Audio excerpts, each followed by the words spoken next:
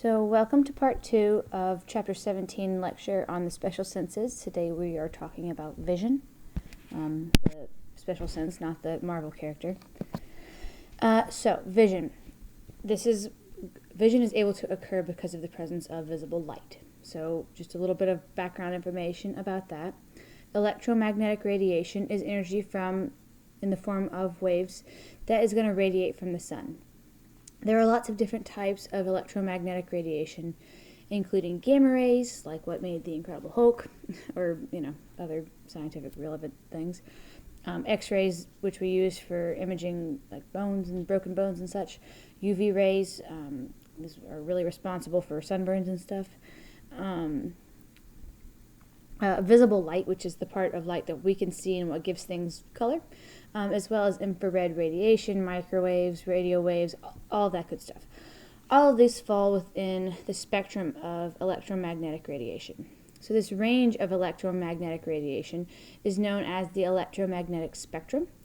And vision is going to use visible light, which is a really very small, actually, portion of the electromagnetic spectrum.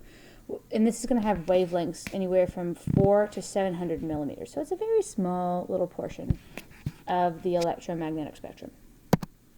So wavelengths is basically the distance between two consecutive peaks of an electromagnetic wave. So wavelengths are going to range hugely from very short to very long. So for example, gamma rays are going to have very small wavelengths. They're smaller than a nanometer. Whereas a lot of radio waves, like the thing that comes through your radio, like to make music and stuff, these radio waves are going to have wavelengths that are greater than a meter. So they're going to vary very widely.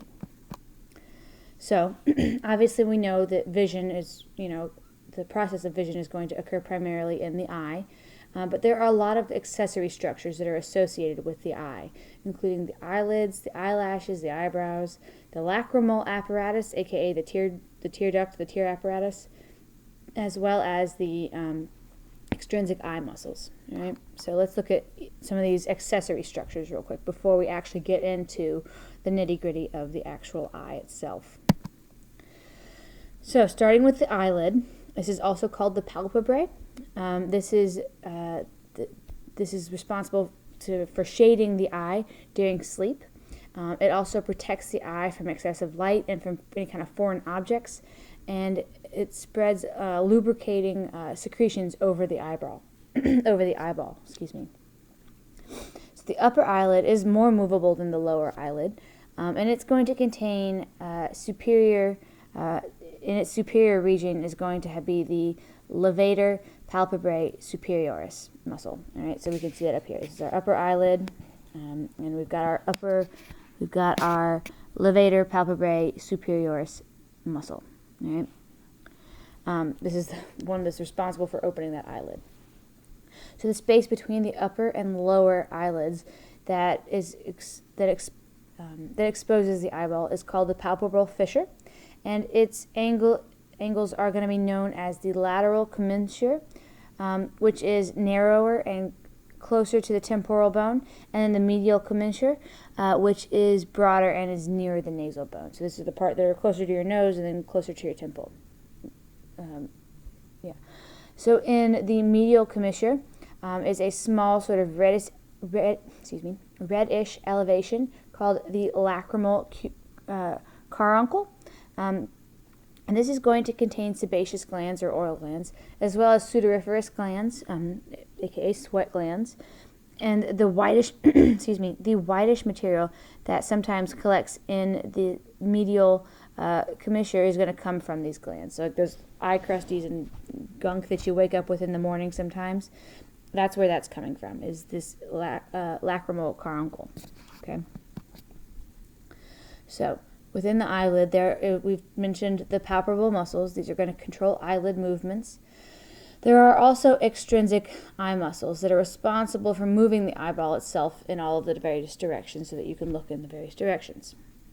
The conjunctiva is a thin, protective kind of mucous membrane that is going to line the actual eyelid, and it's going to cover the sclera of the eyeball there. So if you've ever had pink eye, like when you were a kid, or if you have kids and they've got pink eye, This is a lot of times an infection of some kind, either bacterial or viral. It's of that conjunctiva, that thin protective mucous membrane that's going to cover the sclera of the eye, as well as the eyelid there. So anyhow, it's super gross when kids get it, but that's what that is. The tarsal plate is a fold of connective tissue that gives form to the actual eyelid itself. So this is going to contain a row of sebaceous glands, sometimes called tarsal glands, and this is going to keep the eyelids from actually sticking to each other. So this is going to help kind of keep everything moist to a degree. Next up for our accessory structures are the eyelashes and the eyebrows. The eyelashes, which are going to project from the border of each eyelid, and then the eyebrows, which are going to arch transversely across the upper eyelid, are going to help to protect the eyeball from any sort of foreign objects. It's also going to help keep perspiration out of the eye, and to some degree it's going to help protect the eyes from direct rays of the sun. Sebaceous glands that are at the base of the hair follicles of these eyelashes are called sebaceous ciliary glands, and they are going to release a lubricating liquid or a lubricating fluid into the follicles. So if you ever get an infection in one of these sebaceous ciliary glands, it's usually caused by bacteria. It can result in a very painful sort of pus-filled swelling in that gland. It's called a sty. So if you've ever had a sty, it feels like you've got grains of sand in your eye. It's very unfortunate, but it's because of this usually a bacterial infection of this sebaceous ciliary gland. The next accessory structure for the eye is the lacrimal apparatus. This is a group of structures basically that produce and drain the lacrimal fluid, aka tears to the rest of humanity. And this is going to be this whole process is called lacrimation. This production and draining of lacrimal fluid or tears is lacrimation. So the lacrimal glands are going to secrete lacrimal fluid, which drains into 6 to 12 excretory lacrimal ducts that empty tears onto the surface of the conjunctiva of the upper lid. The lacrimal glands are supplied by the parasympathetic fibers of the facial nerve, and lacrimal fluid is going to be produced by the glands, by these various glands, as a kind of watery solution. It's going to contain some salt, a little bit of mucus, and then something called lysozyme, which is a kind of protective bactericidal enzyme. So it sort of keeps bacteria clear of the eye. So the fluid, this lacrimal fluid, is going to protect, clean, lubricate, and moisten the eyeball. So looking at the flow of tears through this lacrimal apparatus, this is going to produce and drain tears in the following way. All right. So the lacrimal glands are going to secrete tears, and then the excretory lacrimal ducts are then going to distribute those tears over the surface of the eyeball. And then from there, they're going, either the superior or inferior lacrimal canaliculi are going to drain the tears into the lacrimal sacs. And from there, those tears are going to drain into the nasolacrimal duct, which is ultimately going to drain those tears into the nasal cavity. This is why if you've ever really cried hard or had a really ugly cry, it makes your nose horribly gross and runny and stuffy. It's because essentially you're draining those tears back into that nasal cavity, which is causing everything to get snotty and runny and gross. So this is why after you ugly cry, your nose gets runny, because essentially the ultimate final destination for this flow of tears is going to end up in the nasal cavity. So that brings us into the extrinsic muscles of the eye. The eye is going to sit in a bony depression of the skull. It's called orbits. Your eyeballs sit in orbits in your head, in the skull.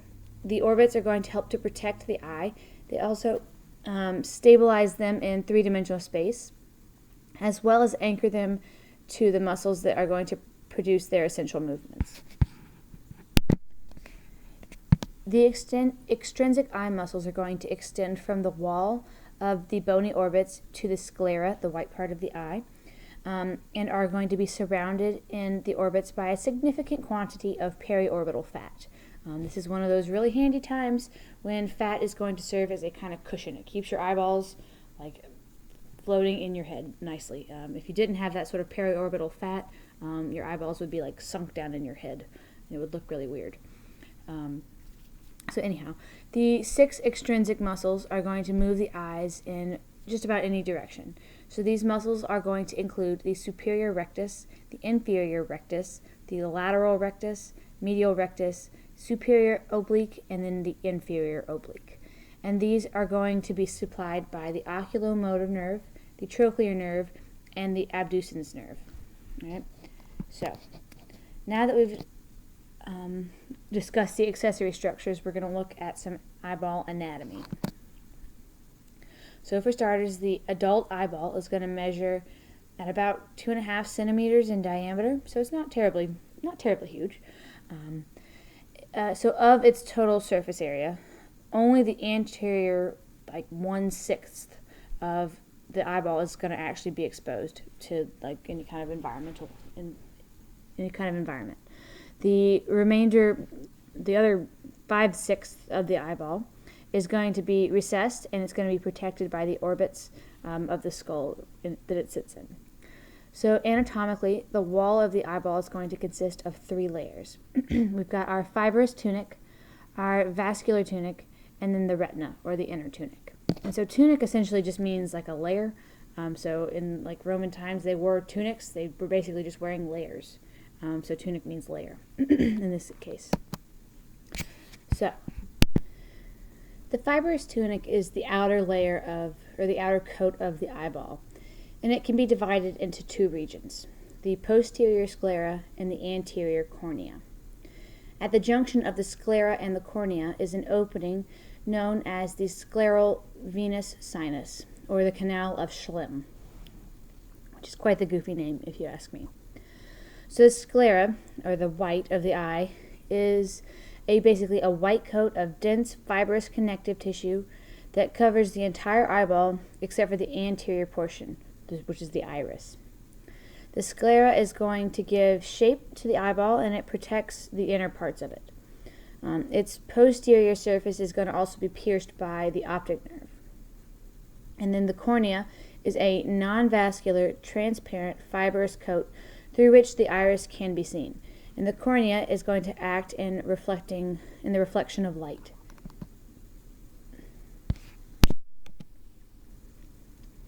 The next layer is the visceral tunic, the vascular tunic, and this is going to be the middle layer of the eyeball, and it's composed of 3 portions: the choroid, the ciliary, and the iris.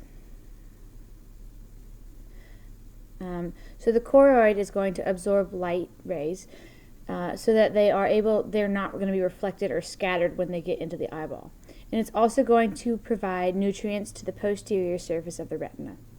The ciliary bodies are going to consist of ciliary processes, which you can see here, these crazy kind of wrinkles, as well as ciliary muscles. So the ciliary processes consist of protrusions or folds on the internal surface of the ciliary body, where the epithelial lining cells are going to secrete aqueous humors. The ciliary muscle is a smooth muscle that's going to alter the shape of the lens so that we can adjust between near and far vision. Just like when you're adjusting the focus on a microscope or binoculars, you're adjusting the closeness or the shape of that lens to adjust for looking at something far away versus close to your face. So the next layer, or the final layer of the vascular tunic, is the iris. And this is the colored portion of the eye, and it's seen through the cornea, and it consists of the circular iris and the radial iris, smooth muscle fibers that are going to be arranged to form a donut-shaped structure.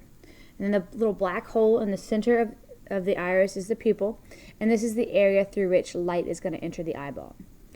So a principal function of the iris is to regulate the amount of light that enters the posterior cavity of the eyeball by controlling the size of the pupil based on autonomic reflexes. The third and inner coat of the eye is the retina, and this is also sometimes called the nervous tunic, not because it's anxious, but because there are nerves that innervate this particular, they're involved in this particular coat. So anyhow, the retina is going to line the posterior 3/4 of the eyeball and is the beginning of the visual pathway. So the surface of the retina is the only place in the body where blood vessels can be viewed directly, and they can be examined for pathological purposes. The optic disc is the site where the optic nerve is going to enter the eyeball, and you can see that here, and that is actually going to cause a blind spot in the eye. The vessels of the retina are going to be the central retinal artery and the vein, and they're going to be bundled together with the optic nerve with branches that are going to go spread across the surface of the retina. The exact center of the retina is called the macula lutea, and this is, and at its very center is going to be the fovea centralis, and this is going to be the area where you have the highest visual acuity. Your vision is going to be the sharpest and the clearest. So we said the retina is also called the nervous tunic. The retina is going to consist of a pigmented epithelium, the non-visual portion, and then the neural portion, which is the visual portion. So the pigmented epithelium is going to aid the choroid in absorbing stray light rays, and then the neural portion is going to contain 3 zones of neurons that are named in the order in which they are going to conduct the nerve impulses. All right, so first we have our photoreceptor neurons that are then going to conduct nerve impulses down to bipolar neurons, which are then going to transduce them into the ganglionic neurons, the ganglion neurons, which are then going to make their way to the brain, essentially. So, next up is the lens of the eye. So behind the pupil and the iris, within the little cavity of the eyeball, is going to be the lens. So within the cells of the lens, a protein called crystallins are going to be produced, and they are arranged like layers of an onion, and these are going to make up the refractive media of the actual lens itself. And this is normally going to be perfectly transparent, and it's going to lack any sort of blood vessels. The lens is enclosed by a clear connective tissue capsule, and it's held in position by encirculating zonular fibers, which are attached to the ciliary processes. The lens is going to help focus images on the retina to facilitate a clearer vision. So this is going to help again with the close versus far away vision. Next we have photoreceptors. These are also called photoreceptor neurons, and there are 2 different main types. We have rods and cones, and they are named as such because of the difference in shape in their outer segment. Okay, so we have our rods in this kind of khaki color, and then cones are in this green. So rods are going to be specialized for black and white vision and dim light. They are also going to allow us to discriminate between differences in shapes of dark and light, or shades of dark and light, and they also permit us to see shapes and movement. Cones, on the other hand, are going to be specialized for color vision and sharpness of vision, i.e. high visual acuity, in bright light. So cones are going to be most densely concentrated at the central fovea, which is, like we mentioned, that small depression in the center of the macula lutea. The fovea is going to be the area of the sharpest visual acuity, sharpest vision, because of that high concentration of cones that we talked about. And then the rods are going to be absent from the fovea and the macula, and are going to increase in density towards the periphery of the retina. So this rod and cone setup is why, actually it's the rods, that why when the light is dim you can still see shapes, you can see, but that you don't see color in dim light, essentially. Whereas cones are responsible for very sharp vision and for color, but they also require a good deal of light in order for them to function properly. So, the retina is going to contain sensors, like we said, those little photoreceptors, those rods and cones. Rods are used to see in dim light, and they see in black and white, and cones are going to produce color vision. From these sensors, the information is going to flow through the outer synaptic layer to bipolar cells, through the inner synaptic layer to the ganglionic cells. And then the axons are then going to exit as the optic nerve, or the second nerve there. So looking a little bit more closely at the anatomy of the eyeball, light is going to pass through the cornea, the anterior chamber, the pupil, the posterior chamber, the lens, the vitreous humor, and is then going to be projected onto the retina. So that's how that's the order in which light passes through the eyeball before it can hit the retina. The eye is divided into an anterior chamber and a posterior chamber by the iris, which is that colored portion. The anterior chamber, which is between the iris and the cornea, is going to be filled with a liquid called aqueous humors. This is a clear kind of watery fluid. The posterior chamber is going to lie behind the iris and in front of the lens, and is also filled with aqueous humor. All right. We then have the posterior cavity, different than the posterior chamber, so remember that. This is also sometimes called the vitreous chamber, and this is going to be filled with a transparent, kind of gelatinous, sort of jelly-like substance called vitreous humor, and this really does have kind of a jelly-like consistency to it. So, vitreous humor. All right. So, here we have a lovely little table summarizing the structures of the various structures of the eyeballs. So, good for studying. All right. So, when we talk about vision, we have to talk about the refraction or the bending of light. So, light is going to refract or bend when it passes through a transparent substance with one density into a second transparent substance with a different density. This bending is going to occur at the junction of those two substances. So here we can see light is passing through air and then through water, and we see this refraction, this bending of light. We've just talked about the aqueous humor and the vitreous humor, right? So it's going to be the same deal with this refraction of light through clear substances of different densities, all right? So same thing within the eyeball. So looking at the physiology of vision itself, image formation on the retina is going to involve refraction of light rays by the cornea and the lens, and then accommodation of the lens and constriction of the pupil. So we're going to talk about each of these steps here as we go. So the bending of light rays at the interface of the two different medias is called refraction. The anterior and posterior surfaces of the cornea and of the lens are going to refract entering light rays so that they come into exact focus on the retina. Images are going to be focused inverted or upside down on the retina and are going to undergo a mirror reversal. So they're upside down and backwards. These inverted images are going to be rearranged by the brain to produce perception of images in their actual orientation. And then the lens is going to fine-tune the image focus and is going to change the focus for near versus far distance. So the brain essentially is going to flip it around and turn it right side up, so that by the time your brain gets done processing whatever image has been given to it, you're looking at the world right side up. And then the lens is going to be useful for that kind of fine-tuning and focusing, whether you're looking at something far away or closer to your face. Next is accommodation and near-point vision. So accommodation is an increase in the curvature of the lens, and this is initiated by ciliary muscle contractions, which allows the lens to focus on near or close-up objects. The image is projected onto the fovea centralis, and this is the site, again, where the vision is going to be the sharpest. To focus on faraway images, the ciliary muscles are going to relax, and this is going to allow the lens to flatten out.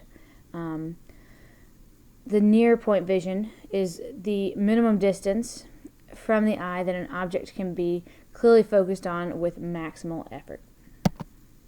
So, let's look at the various types of vision and how we as humans can have some sort of alterations that are going to lead to that cause the need for glasses, essentially. So normal vision is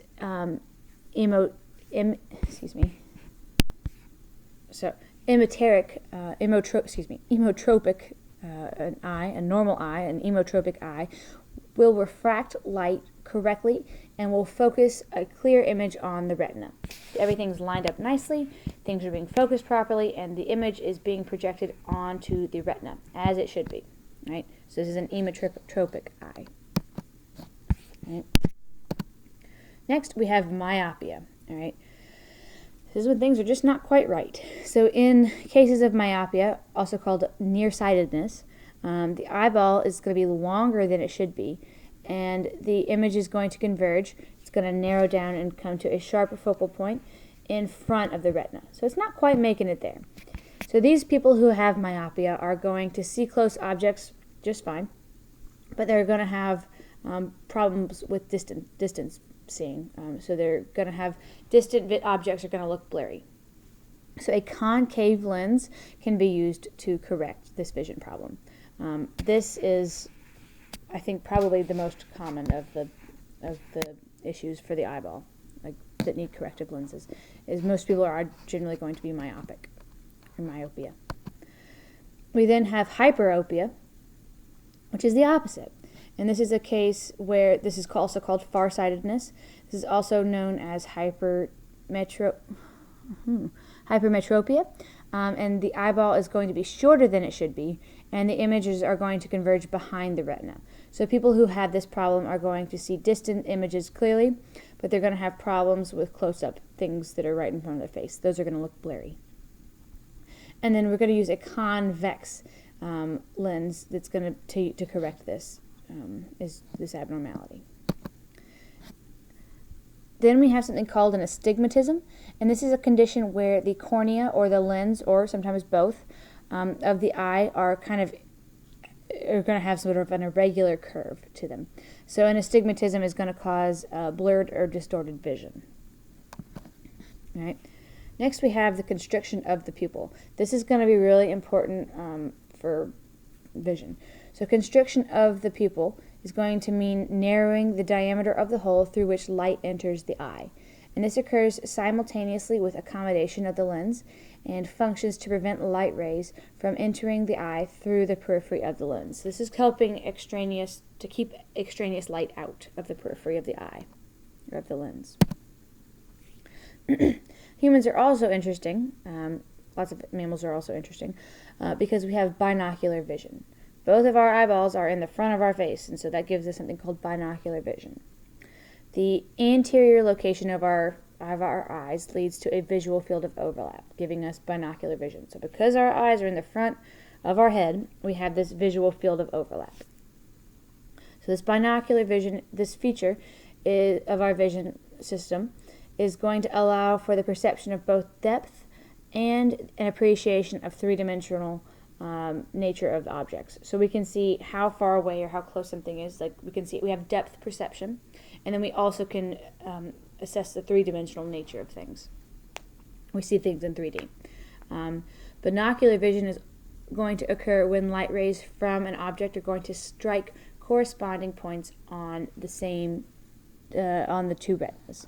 On those two retinas. And so that overlap is going to be what's allowing us to have that depth perception and three-dimensional vision. That brings us then to something called convergence. So when you stare straight ahead at a distant object, the incoming light rays are going to be aimed directly at both pupils and are going to be refracted to comparable spots on the retinas of both eyes. However, as we move closer to an object, the eyes are going to have to rotate medially the eyes are going to have to rotate medially if those light rays from the object are going to still strike in the same point of both of those retinas. So this term is called convergence, and it refers to this medial sort of movement of the two eyeballs that's required so that both are directed towards the object being viewed. The nearer the object, the greater the degree of convergence is needed in order to maintain that binocular vision. The coordinated action of the extrinsic eye muscles is going to bring about convergence. So this is one of those times when if you put your finger out in front of you, and you look at it, you can see it. And then as you bring your finger closer to your nose, you start to go a little bit cross-eyed. This is a really extreme example of convergence of those eyes. So the next thing that we need to discuss about with regards to vision are photopigments. So rods and cones are going to contain photopigments that are necessary for the absorption of light that will initiate the events that are going to basically lead to the production of that receptor potential that are going to allow the brain to know that you are seeing something, essentially. So photopigments are colored proteins. They're going to undergo structural changes upon light absorption. So when they're exposed to light, they're going to change shape. Rods and cones, the photoreceptors that are in the retina, are going to convert light energy into neural impulses. And these were named based on the appearances of their outer segments, like we just showed you earlier. Rods are going to contain something called rhodopsin, and then cones are going to contain 3 different types of photopigments, one for each of the 3 types of color of cones: red, green, and blue. And photopigments are also going to respond to light in a very cyclical process, which we'll look at here in just a minute. So, all photopigments involved in vision are going to contain a glycoprotein called opsin, and as well as a derivative of vitamin A. It's called retinol. All right. So retinol is the light-absorbing portion or part of this visual photopigment. Okay. So here we've got our retinol and our little opsin bit. Okay. So there are also 4 different types of opsin, one for each of the cone photopigments and then another for rhodopsin.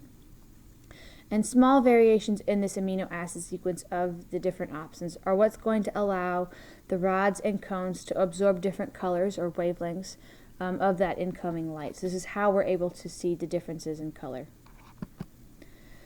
So let's look at then the process by which photopigments are going to absorb and respond to light. All right, so it starts with something called isomerization.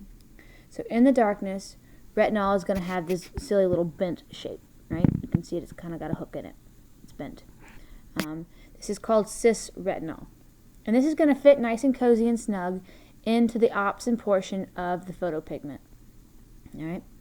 So when cis retinol absorbs a photon of light, it's going to straighten out and it's going to become trans retinol. You can see that here. Here's our trans retinol. So this cis to trans conversion of our retinol is called isomerization.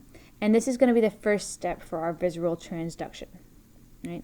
Next, we then have bleaching. This is our next step. So in about a minute, the trans retinol is going to completely separate. It's going to pop off from that opsin. And the retinol, and it's this retinol that's responsible for giving the color of that photopigment. So when that trans retinol pops off of that opsin, the opsin is going to look colorless, right? Our big old opsin there. So because of this color change, this part of the cycle is what we call bleaching of the photopigment, all right? So our next step is then conversion, and this is when an enzyme called retinol isomerase is going to convert that trans opsin from straight back to cis opsin, where it's going to get that kind of curve back in it. This is our conversion, and then regeneration is our final step, and this is when the cis retinol can then bind to that opsin, and it's going to reform that functional photopigment. So that brings us back to our beginning step here. So this part of the cycle, this resynthesis of our photopigment, is what we call regeneration. All right. So it's pretty straightforward. So with the exposure to light that causes cis retinol to isomerize into trans retinol, this will then disassociate from our opsin, leaving it as a colorless kind of protein. This is called bleaching. And then an enzyme called retinol isomerase will convert our trans retinol from its straight version back to its kinked version as cis retinol, and this can be rebound to our opsin protein and reform that functional photopigment. All right.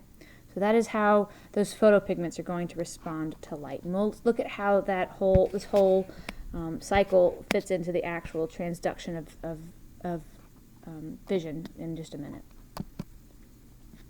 So before we get into all that, let's look real quick at light versus dark adaptation. All right, this is actually kind of a fun little tidbit. So light adaptation is going to occur when an individual moves from a dark surrounding into a lighter room. So if you come out of a dark room and you walk into the bright outdoors, that's going to be light adaptation. And that's going to occur very quickly. It only takes a couple of seconds.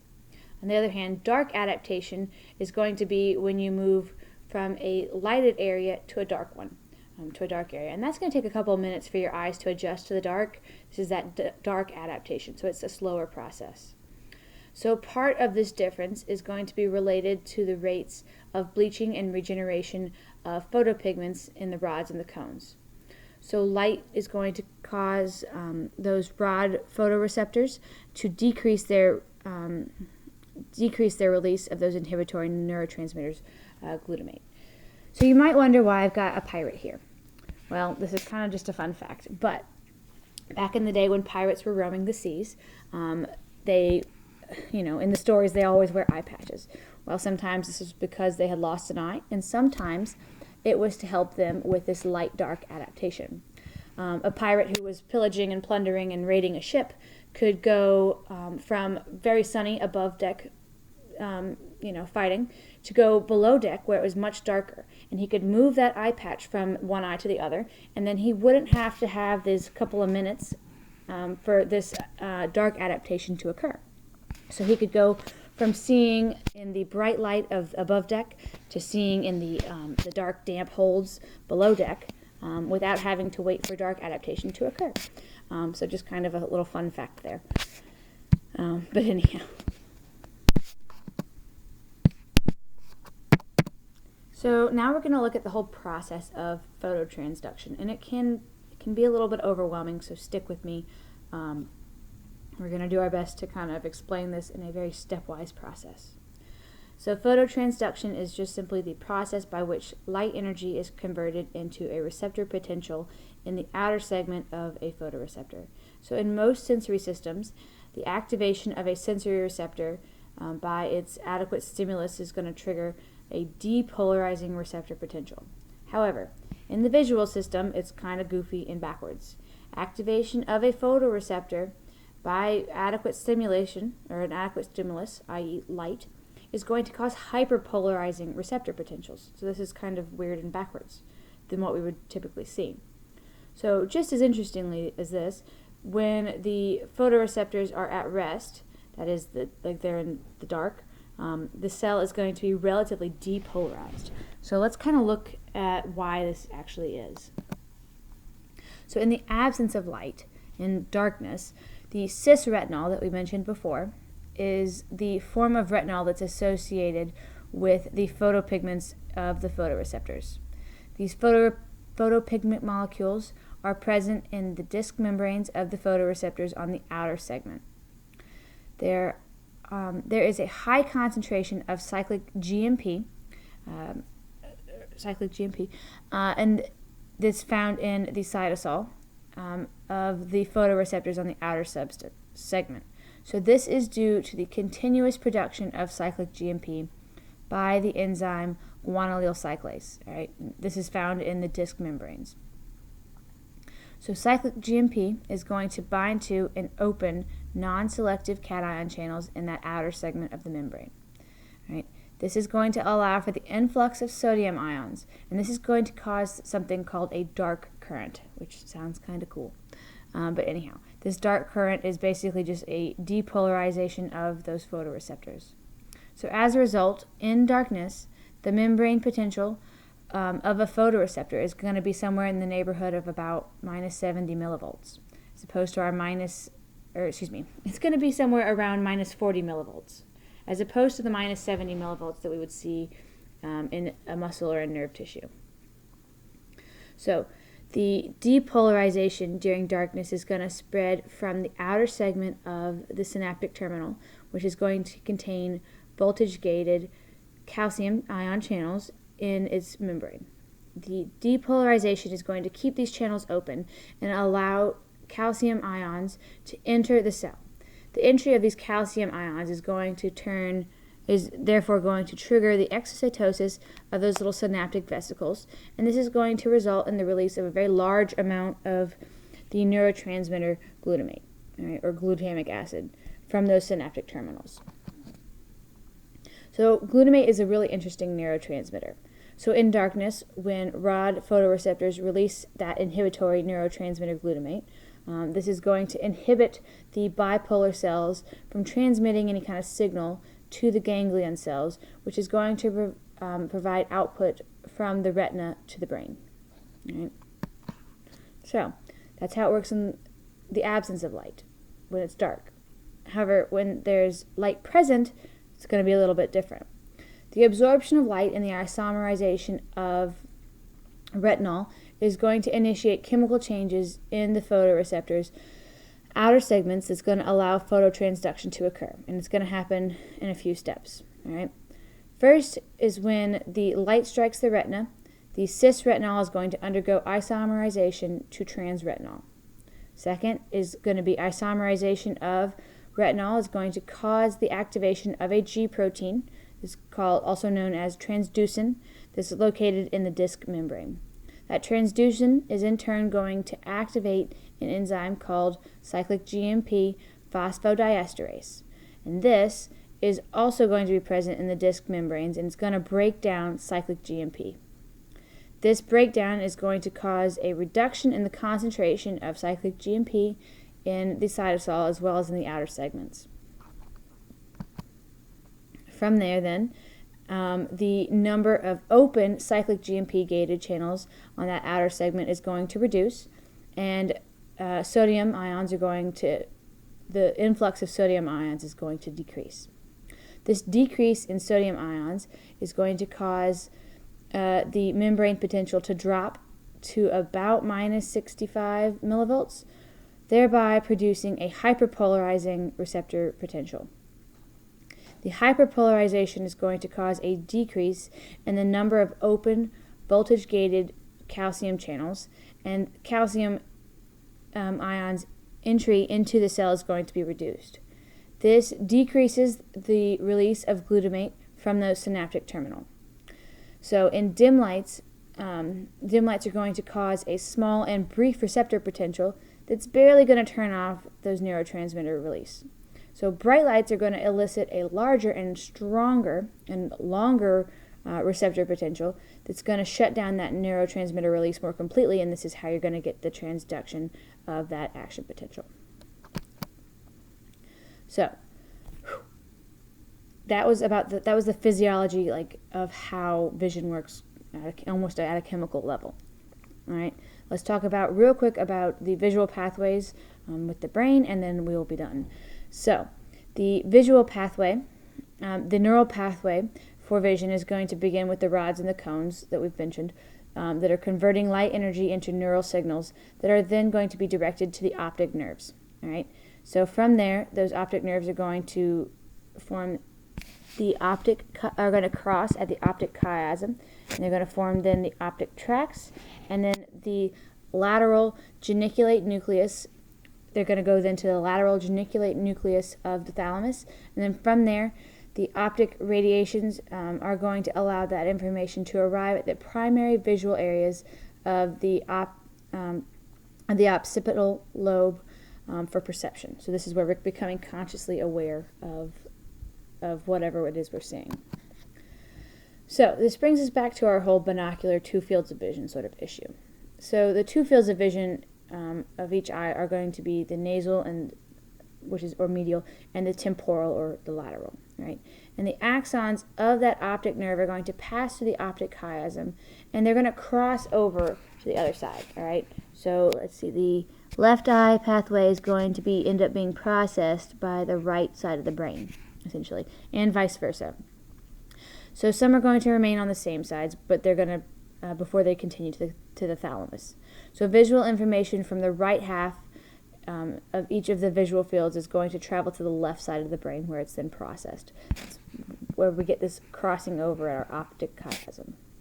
All right, and so that is all that we have for special senses on vision.